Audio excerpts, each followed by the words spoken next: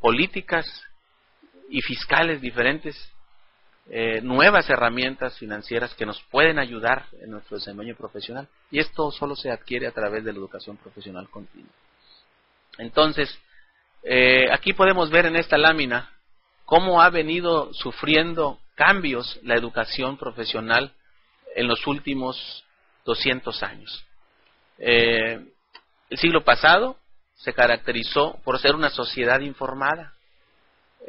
Al finales del siglo pasado entramos a la era del conocimiento y del conocimiento al aprendizaje, en el cual estamos inmersos en el presente. Estamos viviendo la época del aprendizaje.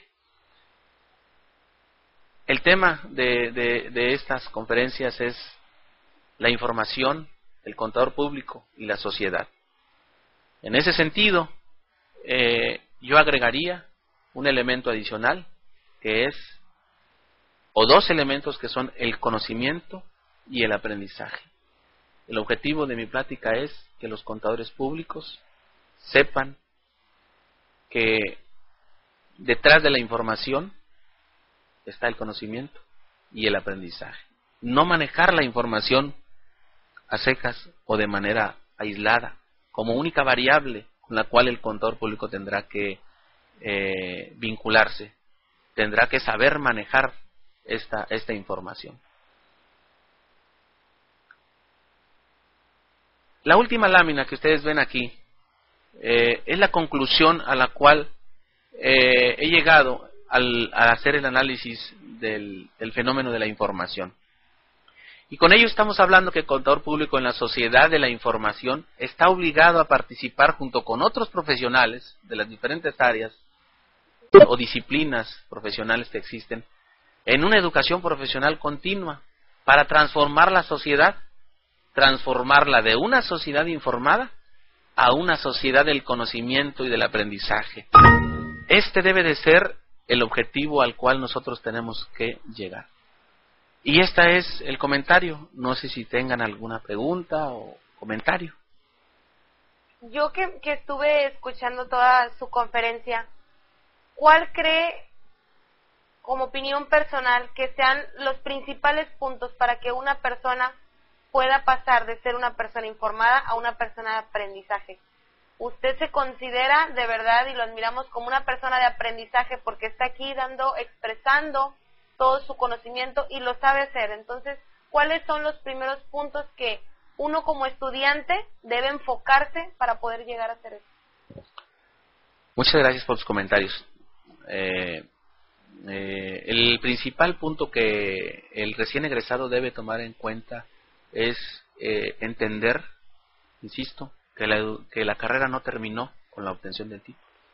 La carrera inició al inscribirse y se va a terminar con la vida misma. En tanto uno sea contador público, la educación se va a terminar con nuestra vida. Entonces, así tengamos 30, 40, 50, 60, 70, 80 años. El contador público deberá mantenerse actualizado. Y para ello están las instituciones que son el complemento educativo a las universidades, como es en su caso el Colegio de Contadores Públicos en Ciudad Victoria. Es el único organismo reconocido, organizado, que suple esa necesidad del recién egresado, que yo espero que el comentario que tú hiciste sirva para que aquellos contadores públicos que recién egresan entendamos la necesidad de colegiarnos para mantenernos actualizados.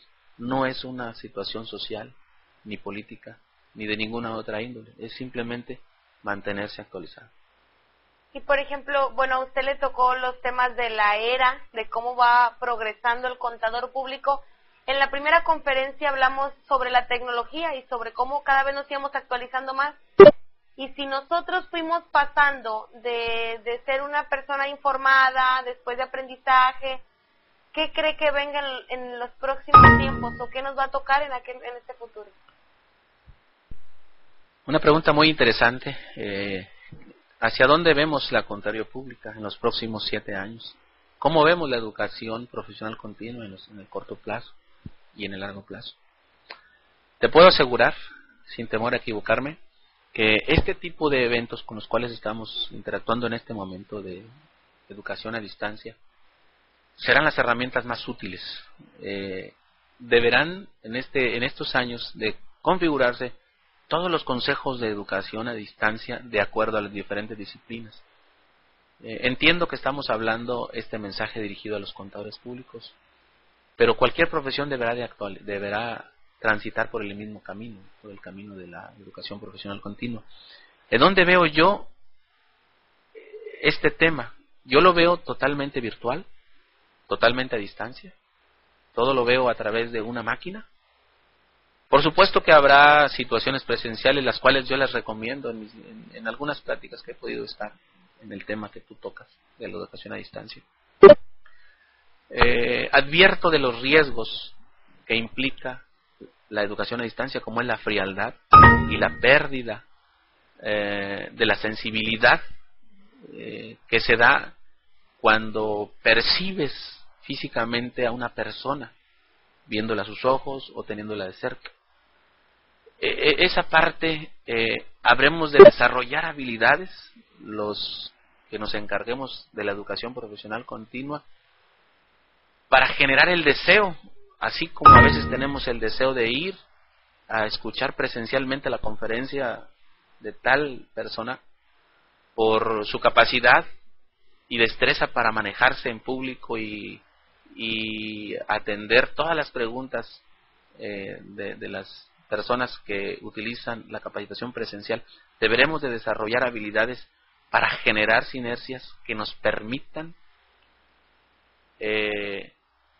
interactuar de manera virtual en la educación.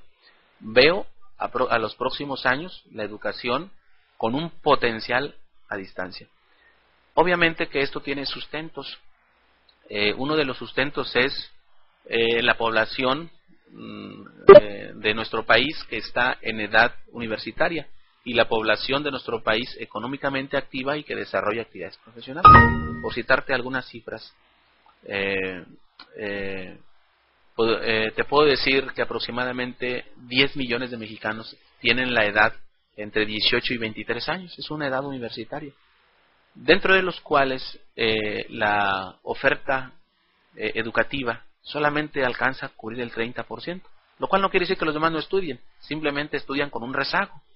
Y eso obviamente pues necesitamos como sociedad poder actualizar y poder satisfacer esa demanda de los estudiantes para que los 10 millones estudien al mismo tiempo en la edad en la que tienen que estudiar.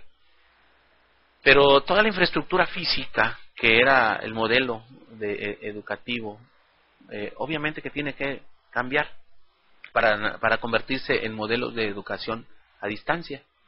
Y esto que estamos haciendo precisamente representa los inicios de lo que van a ser los nuevos modelos de educación. Entonces, eso aunado a que el profesional de la contaduría pública ya utiliza estas herramientas, como nosotros en el Instituto Mexicano de Contadores Públicos se ofrece el diplomado por internet, a través de una plataforma tecnológica se da.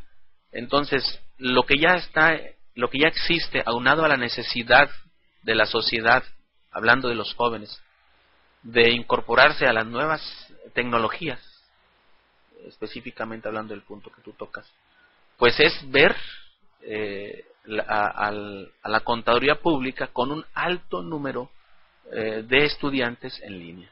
Así la veo, y ese es el impacto de la tecnología en la educación.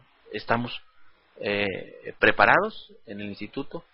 En lo personal, creo que es el camino por el cual, el único camino que existe, hablando de la infraestructura, con el apoyo de la tecnología. Y, por ejemplo, usted que desde que inició su carrera, ¿usted cree que ha aumentado el ingreso de jóvenes a la carrera de contaduría pública, o se ha denigrado por falta de información o por falta de conocimiento sobre lo que se trata la carrera? Bien, Tiene varias aristas este punto. Por un lado, podemos hablar que en algunas universidades la matrícula ha disminuido, pero por otro lado tenemos que ver que la matrícula ha aumentado. En términos generales, la carrera de contador público va en ascenso.